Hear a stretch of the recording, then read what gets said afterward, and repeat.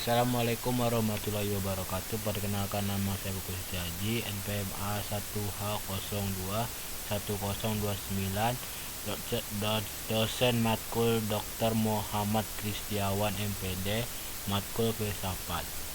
Filosofi pendidikan di masa depan. 1. Menjelaskan filosofi pendidikan di masa depan. 2. Virtualisasi pendidikan. 3. Dekonstruksi pendidikan. 4. Evolusi filsafat pendidikan masa depan. Untuk melihat wajah filsafat pendidikan masa depan, kita harus mengetahui perkembangan terakhir tentang filsafat dan pendidikan itu sendiri.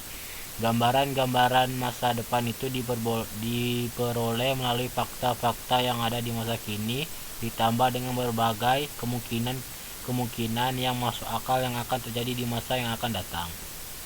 1. Postmodernisasi pendidikan.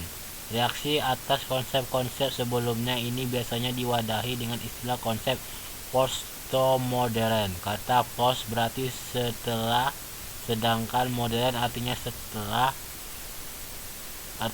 modern. Kata modern itu sendiri mengacu pada keadaan setelah pencerahan. Jadi urutan dalam waktu linear setelah masa kegelapan di Eropa, The Dark Middle Ages, abad pertengahan 1500-an. Kemungkinan disusul dengan pasca pencerahan 1600-an yang ditandai dengan abad reformasi di Jerman. Masa-masa perubahan itu kemungkinan menandai adanya gerbang masa modern uang pada abad ke-17 dan dikukuhkan dengan adanya revolusi Prancis 1789. Setelah masa modern lahirlah postmodern, yakni sebuah masa yang kita alami sekarang. 2. Virtualisasi pendidikan. Pendidikan mengalami perubahan realitis dari pendidikan yang bersifat real atau empiris menuju pendidikan yang bersifat virtual. Perkembangan teknologi memaksa penyelenggara mendidik yang tidak hanya dilakukan di kelas, tetapi juga di luar kelas, bahkan pendidik tanpa ruang kelas. Misalnya, dalam konsep kosmologi yang mengangkat benda-benda mati sebagai objek berpikir, maka akan didapati konsep-konsep alam semesta yang berubah. Dalam konsep ontologi, yakini tentang pencarian kenyataan yang hakiki, manusia akan dihadapkan kenyataan maya, virtual reality. Orang yang tidak perlu masuk ke lorong shopping untuk memilih barang karena di dalam dunia internet sudah disediakan lorong-lorong itu, sementara user tinggal pilih barang. Fakta-fakta seperti itulah yang menentang filsafat untuk merumuskan kembali apa yang dimaksud dengan kenyataan dan apa bedanya dengan mimpi. Dalam konsep etika, munculnya teknologi bayi tabung, cloning, dan pengujian DNA, itu semua menentang filsafat untuk mendefinisikan kembali tentang asal-usul dan nilai manusia. 3. Dekonstruksi pendidikan.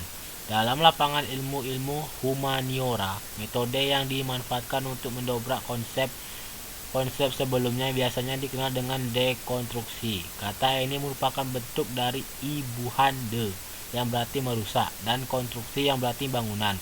Arti harfiahnya merusak bangunan yang dahulu sudah ada. Ilmiahnya, dekonstruksi berpandangan bahwa konsep-konsep postmodern memiliki banyak kelemahan sehingga perlu dibongkar dan ditata ulang. 4. Evolusi filsafat pendidikan masa depan.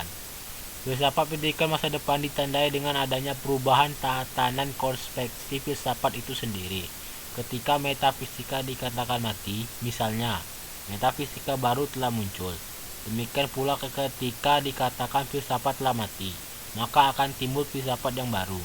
Kematian filsafat adalah kematian konsep filsafat yang lampau. Sekian dari saya, mohon maaf jika banyak kesalahan. Saya akhiri. Wassalamualaikum warahmatullahi wabarakatuh.